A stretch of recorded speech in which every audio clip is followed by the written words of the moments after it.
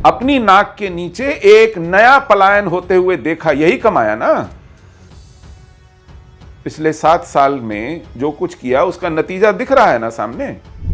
40 साल से हम ये युद्ध लड़ रहे हैं, 40 साल से इस परंपरा को पाकिस्तान निभा रहा है, 40 साल से वो यही कर रहा है, और आज भी हम इसको गैर पारंपरिक कह रहे हैं। ये तो परंपरा पड़ गई है, तीसरी पीढ़ी ये युद्ध लड़ रही है। पाकिस्तान के युद्ध लड़ने का तरीका ही यही है। आज कोई प्रॉपर्टी क्लेम कर रहा है तो आप मार रहे हैं। 2 महीने पहले तक कोई डोमिसाइल क्लेम कर रहा था तब मार रहे थे।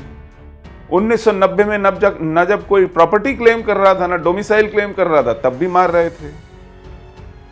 आज से 200 साल पहले भी आप मार रहे थे तो हिंदू कटते कटते घटते घटते मुट्ठी भर रह गए।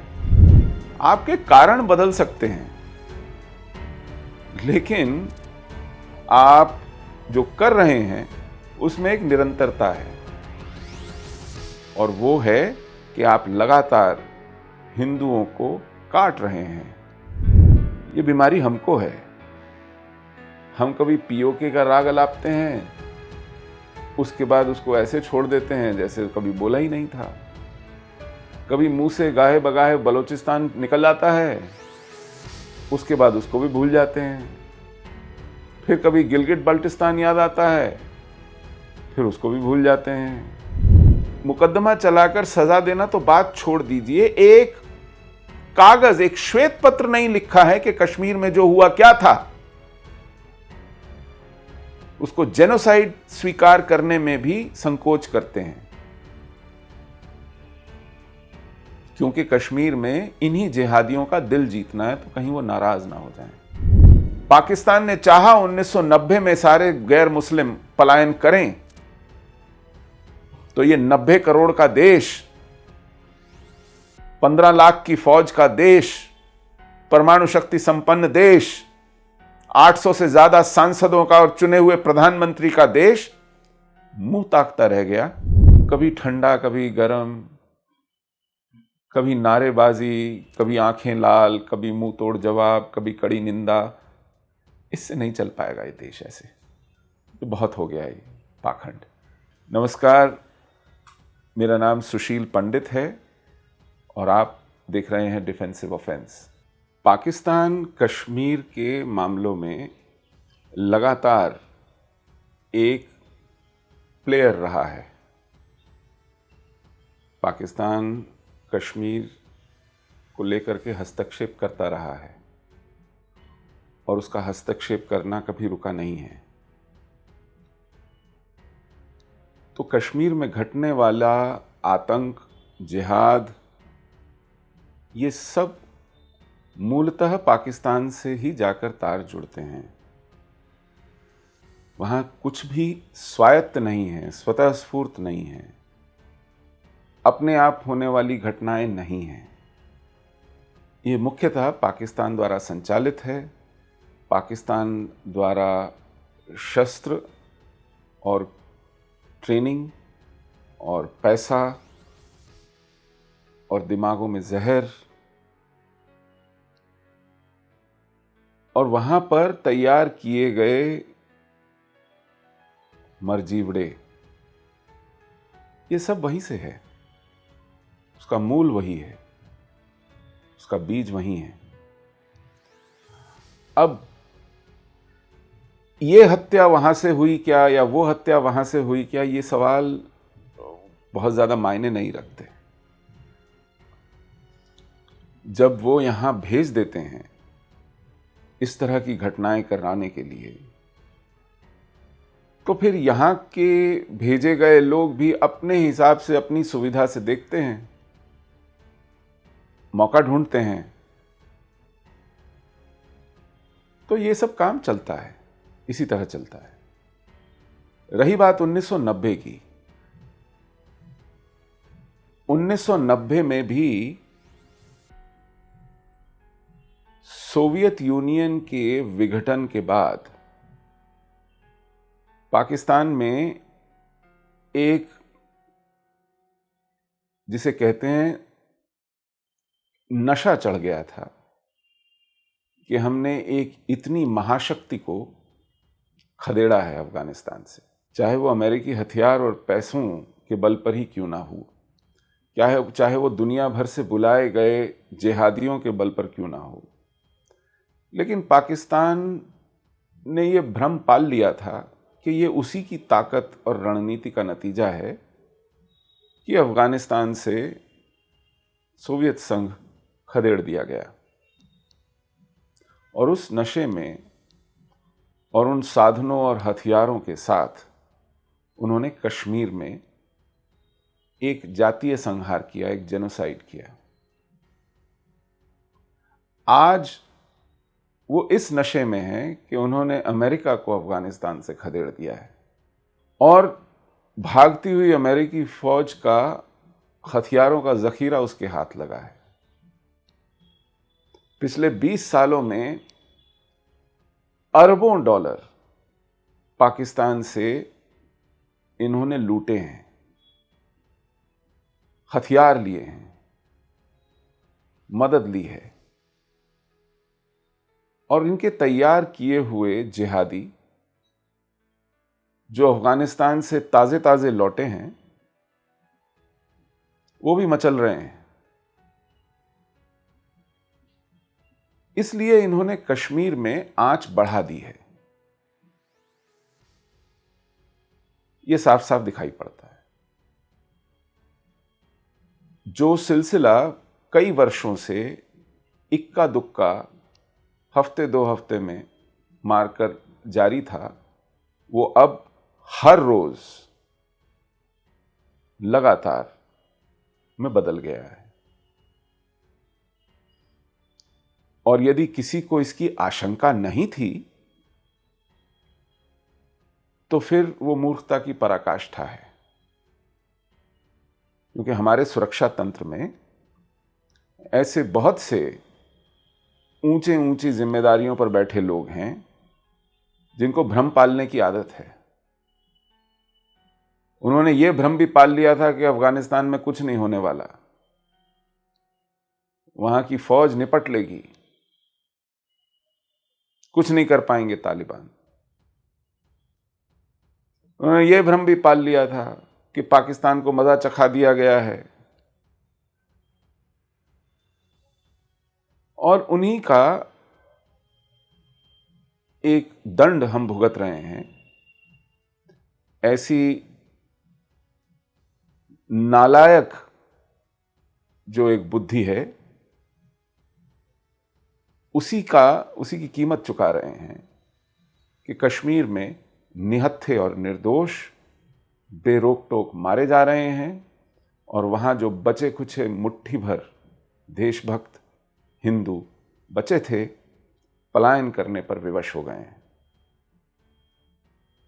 कुल मिला के कश्मीर में परिस्थिति ये है। ये लफाजी करना हम जितनी जल्दी छोड़ दें उतना हमारे लिए अच्छा होगा। हम लोग इसको पहले अनकन्वेंशनल वॉर कहते थे। आज भी कई लोग इस जिद पे अड़े हुए हैं कि ये गैर पारंपरिक युद्ध है। 40 साल से हम ये युद्ध लड़ रहे हैं। 40 साल से इस परंपरा को पाकिस्तान निभा रहा है। 40 साल से वो यही कर रहा है और आज भी हम इसको गैर पारंपरिक कह रहे हैं। ये तो परंपरा पड़ गई है, तीसरी पीढ़ी ये युद्ध लड़ रही है। पाकिस्तान के युद्ध लड़ने का तरीका ही यही है। इसको आप कंबस्चन इंजन कहें, इलेक्ट्रिफिकेशन कहें, हाइब्रिड कहें, गाड़ी उनकी दौड़ रही है।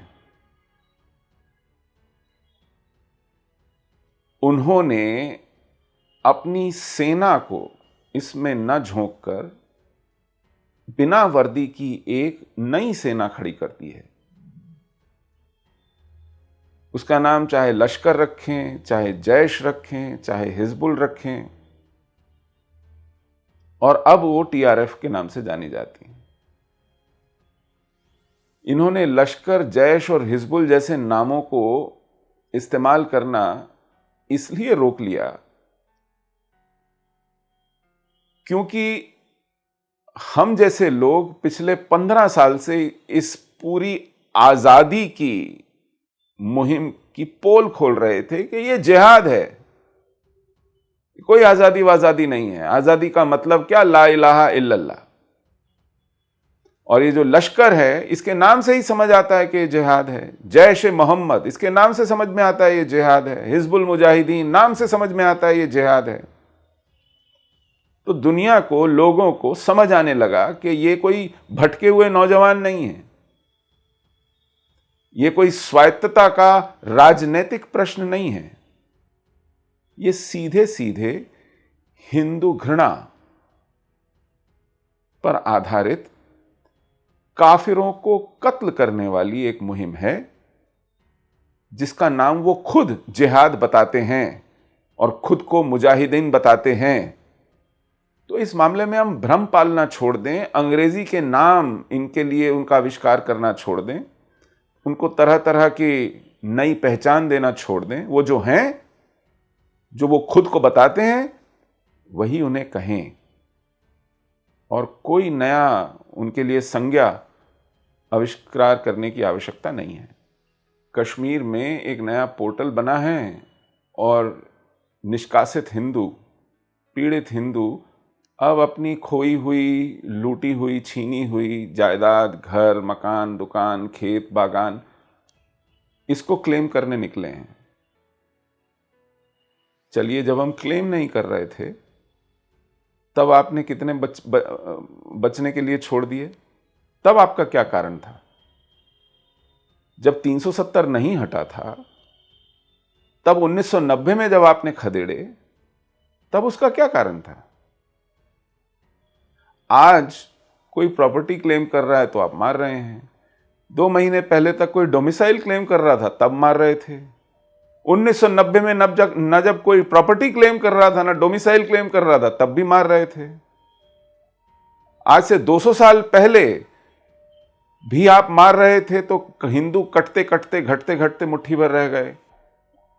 आपके कारण बदल सकते हैं, लेकिन आप जो कर रहे हैं उसमें एक निरंतरता है, और वो है कि आप लगातार हिंदुओं को काट रहे हैं। वो कट कट के, घट घट के आज घाटी से लुप्त हो गए हैं। इसके लिए आप कारण कोई भी गढ़ लें, बहाना कोई भी गढ़ लें, नतीजे सिर्फ वही चल रहे हैं। पाकिस्तान निरंतर कश्मीर में एक कारक बना हुआ है, और चाहे संयुक्त राष्ट्र संघ हो, चाहे ऑर्गेनाइजेशन ऑफ इस्लामिक कंट्रीज हो, चाहे यूरोपियन यूनियन हो, चाहे शंघाई कोऑपरेशन ऑर्गेनाइजेशन हो, पाकिस्तान कोई मौका छोड़ता नहीं है कश्मीर के विषय में बात करने को। ये बीमारी हमको है। हम कभी पीओके का राग अलापते हैं, उसके बाद उसको ऐसे छोड़ देते हैं जैसे कभी बोला ही नहीं था। कभी मुंह से गाहे बगाहे बलोचिस्तान निकल आता है, उसके बाद उसको भी भूल जाते हैं। फिर कभी गिलगिट बाल्टिस्तान याद आता है, फिर उसको भी भूल जाते हैं।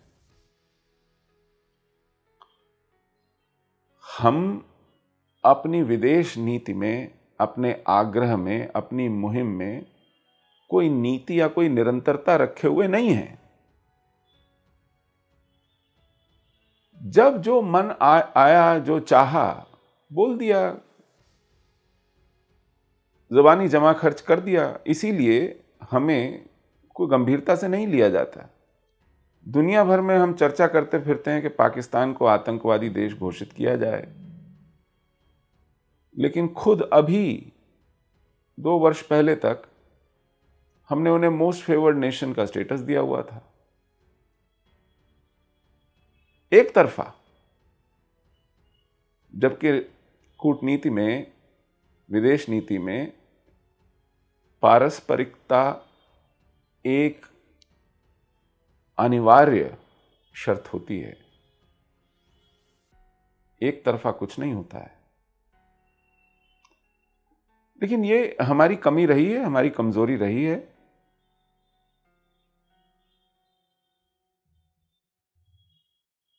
हम इमरान खान की भाषण के चलते, अफगानिस्तान में उनकी सफल मुहिम के चलते आज क्या भुगत रहे हैं, कल क्या भुगतेंगे, ये छोटे छोटे प्रश्न हैं। वो क्या कर रहे हैं, वो कैसे कर रहे हैं, कहाँ कर रहे हैं, ये बात हम कह कह के थक गए हैं और दुनिया जानती है। प्रश्न आज ये है कि हम क्या कर रहे हैं, हम क्या करते आए हैं। हम कभी उनके पिट्ठुओं को नजरबंद कर देते हैं और कुछ महीने बाद फिर बिना शर्त रिहा भी कर देते हैं। हम उन पर संसद में बैठ के गंभीर आरोप लगाते हैं नजरबंद करने से पहले। आज तक कभी श्वेत पत्र जारी नहीं करते, उन पर मुकदमा नहीं चलाते, उनको इसकी सजा नहीं देते। सजा देना, मुकदमा चलाना तो दूर, प्रधानमंत्री उनको चाय नाश्ते पर अपने घर बुलाते हैं, उनके साथ फोटो खिंचवाते हैं, उनसे परामर्श लेते हैं कि कश्मीर में लोकतंत्र बहाल कैसे किया जाएगा, यह कहने के बाद कि कश्मीर को बर्बाद करने की जिम्मेदारी इनकी है।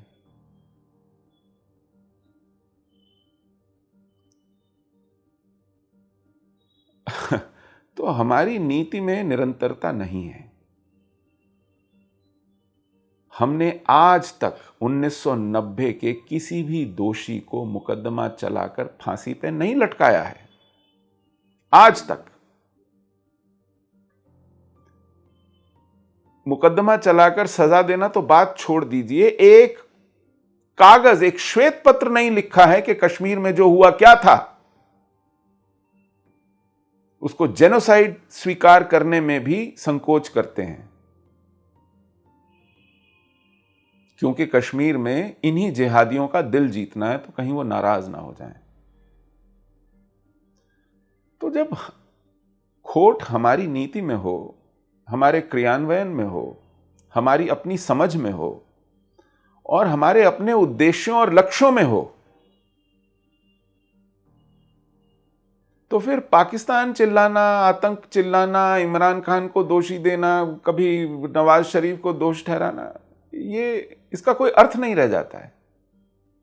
वो तो जो कर रहे हैं निरंतर करे चले जा रहे हैं, और ऐसा करते करते वो टुकड़े टुकड़े होने के कगार पर खड़े हैं, बर्बाद हो गए हैं, लेकिन वो छोड़ नहीं रहे हैं। हम हैं कि हमें अभी समझ में ही नहीं आ रहा है कि इसका उत्तर कैसे देना है। हम केवल बचाव की मुद्रा में हैं, केवल जवाबी कार्रवाई करते हैं। जब नुकसान उठाते हैं, जाने गंवाते हैं, फिर ढूंढते फिरते हैं कि चलो जी अब इसको पकड़ो, इसको मारो, पता करो किसने किया। तो आज स्वयं से प्रश्न पूछने की आवश्यकता है। अपने ज़मीर को, अपने मन को टटोलने की आवश्यकता है कि हमने पिछले 30 साल तो गवाए चलिए, कैसी सरकारें थी, कैसा नेतृत्व था। पिछले 7 साल में क्या कमाया? अपनी नाक के नीचे एक नया पलायन होते हुए देखा, यही कमाया ना। पिछले 7 साल में जो कुछ किया उसका नतीजा दिख रहा है ना सामने। तो यह प्रश्न आज खुद से पूछने की आवश्यकता है। देखिए, ये धोखा है, ये एक पाखंड है। ये चतुर सयाने लोग चालाकी करते हैं जब वो कहते हैं कि मुसलमान भी तो मर रहा है, सिर्फ हिंदू मर रहा हो, सिख मर रहा हो, ऐसा थोड़ा ही है। मुसलमान भी मर रहा है, और मुसलमान बल्कि ज्यादा तादाद में मर रहा है। तो आपको क्या तकलीफ है? आप क्यों एक सेक्युलर मर्डर को कम्युनलाइज कर रहे हैं? इनकी बात का निष्कर्ष तो यही है कि ये जो सब कुछ हो रहा है, ये बड़ा सेक्युलर किलिंग हो रही है, ये सेक्युलर मर्डर है, इसको कम्युनलाइज मत कीजिए। आपको मैं साफ साफ बताऊं, जो हिंदू और सिख मारे गए हैं, वो हिंदू और सिख पहचान कर मारे गए हैं।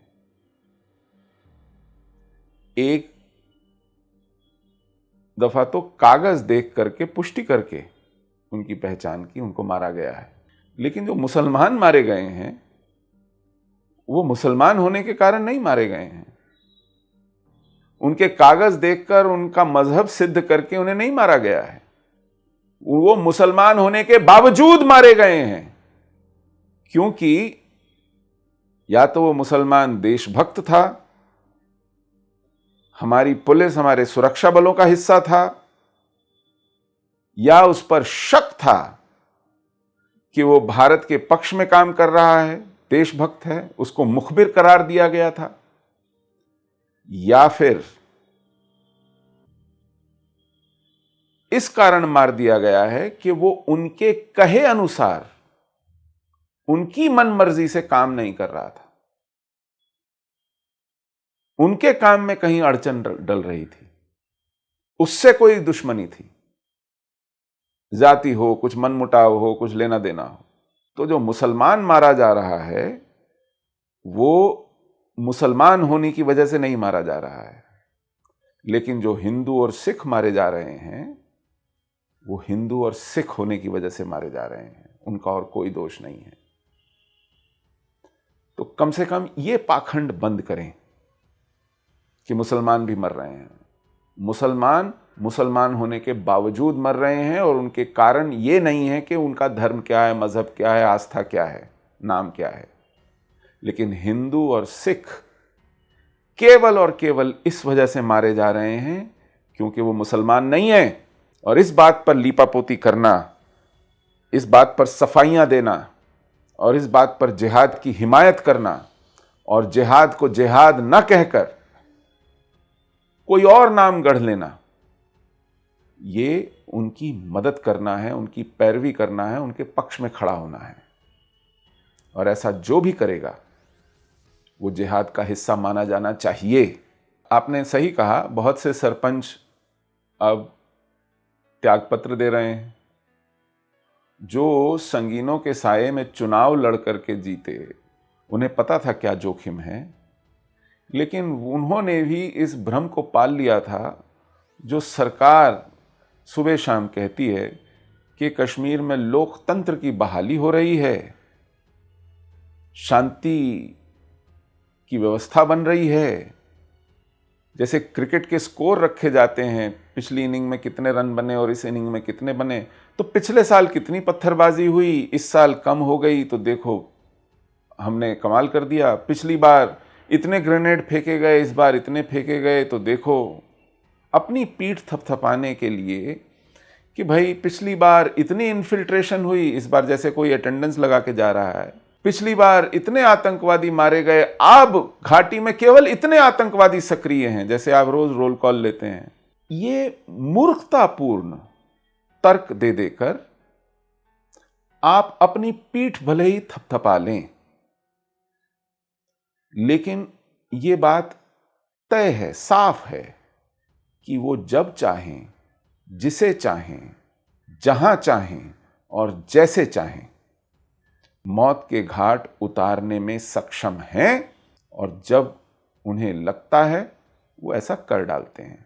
जब वो ऐसा कर डालते हैं और एक बार नहीं बार बार करते हैं, लगातार करते हैं, तब कुछ लोगों को का भ्रम टूटता है, जो आपके बहकावे में आकर चने के झाड़ पर चढ़ जाते हैं, सोचते हैं कि लोकतंत्र बहाल हो गया, सोचते हैं कि शांति स्थापित हो गई, सोचते हैं कि आपके 80,000 करोड़ के पैकेज के सामने जिहाद नतमस्तक हो गया,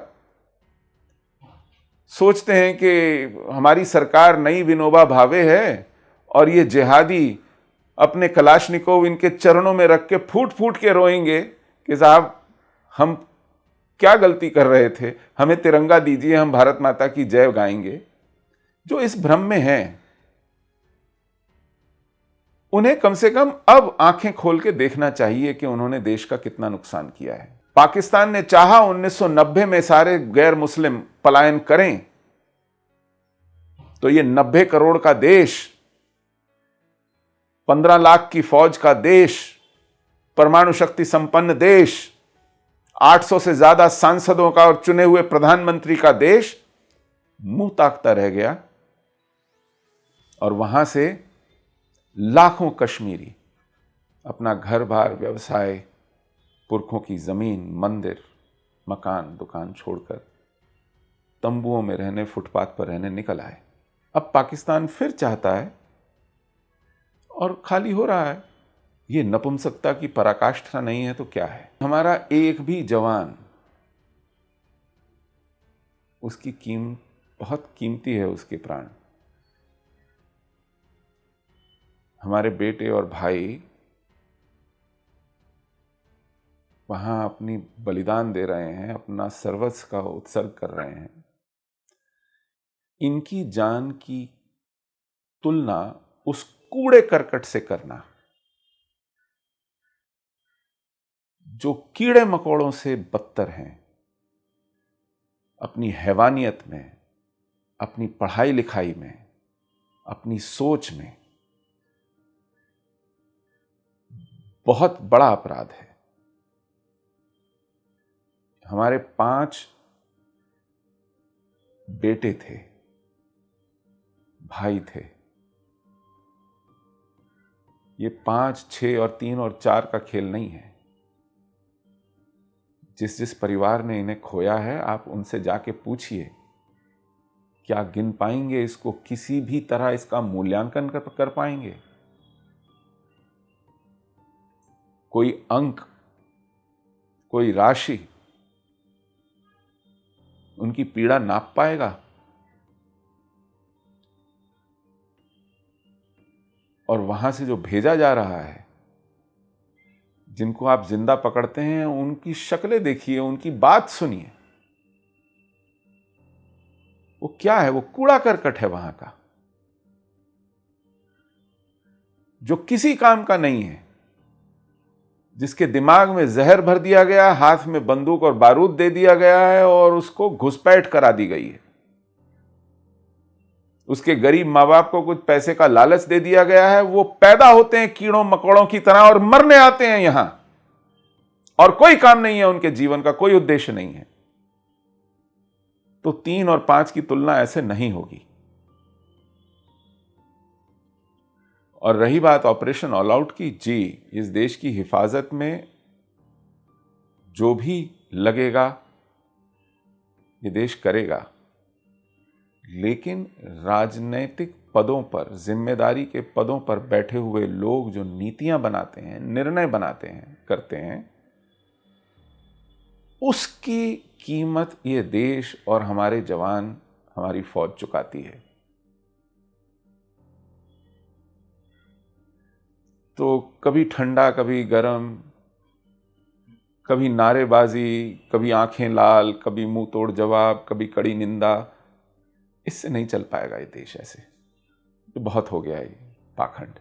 अब निर्णायक दौर में पहुंच गए हैं, ये जीवन मरण का प्रश्न हो गया है। ये सब मिलीभगत से हो रहा है। पाकिस्तान कंगाल मुल्क है, उसके पास ना पिस्टल है, ना गोली है, ना कलाशनिकोव है, ना बारूद है, कुछ नहीं है। उसके पास सिर्फ ये मानव शरीर में दिखने वाला कूड़ा करकट है, जिसको लेकर के वो खुद संवेदनशील नहीं है।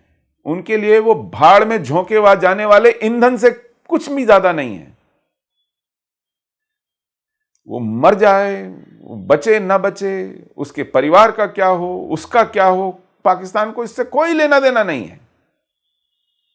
तो वो जब उन्हें इनकी जानों की कोई परवाह नहीं है, इन्हें अपने फौजियों की परवाह नहीं है, लाश तक उनकी लेने नहीं आते हैं, तो ऐसे मुल्क, ऐसे देश का आप क्या करेंगे? पाकिस्तान का इलाज सिर्फ यही है कि आप सबसे पहले इसको बीमारी समझें, इसको चुनौती समझें। पाकिस्तान एक देश नहीं है, पाकिस्तान एक राज्य व्यवस्था भी नहीं है। पाकिस्तान जहर की एक पुड़िया है, जो जिसका एक ही सिद्धांत है, हम तो डूबे हैं सनम, तुमको भी ले डूबेंगे। उन्हें अपने भविष्य को लेकर कोई चिंता नहीं है, अपने नागरिकों को लेकर कोई चिंता नहीं है। उनकी जीवन में प्राथमिकताएं एकदम अलग हैं। वो भीख मांग लेते हैं, उनको शर्म नहीं आती। वो अपने स्कूली बच्चों को 250-250 की संख्या में उड़वा देते हैं बारूद से, और फिर उसको कोलैटरल डैमेज कहते हैं। तो ये अपने आप में एक अनोखी चुनौती है और हम इसको अपने पारंपरिक तरीके से निपट रहे हैं इससे। इसी वजह से नुकसान भी उठा रहे हैं। लगातार खून बह रहा है। पाकिस्तान को निरंतर एक नीति के तहत टाइट करना, उसमें ऐसी नीति, ऐसा व्यवहार अपनाना कि वहां का एक संभावित जिहादी सोचने से पहले उसकी रूह कांपे कि वो एक घटना को अंजाम देने जा रहा हो। परिस्थितियां सुरक्षा की वो होती हैं। हमारे नेताओं को लगता है कि सुरक्षा होती है मतलब 10-15 हथियारबंद जवानों का एक दस्ता जो जब आप वहां से निकलें, गुजरें, आपको एक सैल्यूट मार दे। सिक्योरिटी वो नहीं होती। क्योंकि कई बार इनके ये नौसिखिए नेता कहते हैं कि साहब, हर एक नागरिक को तो सिक्योरिटी प्रदान नहीं की जा सकती। तो उनका मतलब है कि जैसे किसी मंत्री नेता को आगे पीछे घूमने वाले पुलिस दस्ते मिल जाते हैं जो उनको सैल्यूट ठोकते हैं, वो सिक्योरिटी होती है। अगर आप देश के नागरिकों को सिक्योरिटी नहीं दे सकते तो कृपया घर जाइए। ये काम उनके हाथ सौंपिए जिनके पास इसको लेकर के समझ है। चुनाव जीतने भर से आप में सुरक्षा को लेकर के समझ जाग गई हो, ये जरूरी नहीं है। तो ये काम उनके लिए छोड़िए। सुरक्षा तंत्र कैसे देश के हर नागरिक की जान बचाएगा, वो अपने आप में एक कौशल है, एक अनुभव है, और उससे भी पहले एक निष्ठा है, एक प्रण है जो आपके बस की नहीं है। दिख रहा है आप जिहादियों का दिल जीतना चाहते हैं। आप उसमें भी राजनीति की जुगत बिठाते हैं, वोट गिनते हैं और फिर कहते हैं कि हम देश को सुरक्षित रखेंगे, नागरिकों को सुरक्षित रखेंगे। कि हर नागरिक को तो कोई भी सरकार सुरक्षा नहीं दे सकती, तो मर जाएं। ऐसी ही बातें करते करते उन्होंने आज नागरिकों का पलायन सुनिश्चित किया है जम्मू कश्मीर से। क्योंकि कश्मीर को ऐसे ऐसे मुख्यमंत्री और ऐसे ऐसे स्पीकर और ऐसे ऐसे नेता मिले हैं जिनकी कीमत 2 कौड़ी की नहीं है। और ऐसे ऐसे उन्होंने निर्णय लिए कि आज कश्मीर बर्बादी के कगार पर पुनः पहुंच गया है। और ऐसी सरकार और ऐसे नेतृत्व की नाक के नीचे जो 24 कैरेट के प्रखर राष्ट्रवादी हैं, हिंदू हृदय सम्राट हैं, देश नहीं झुकने देंगे।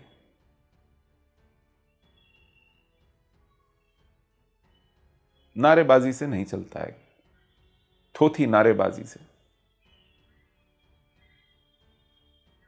ये आज साफ दिखाई पड़ रहा है।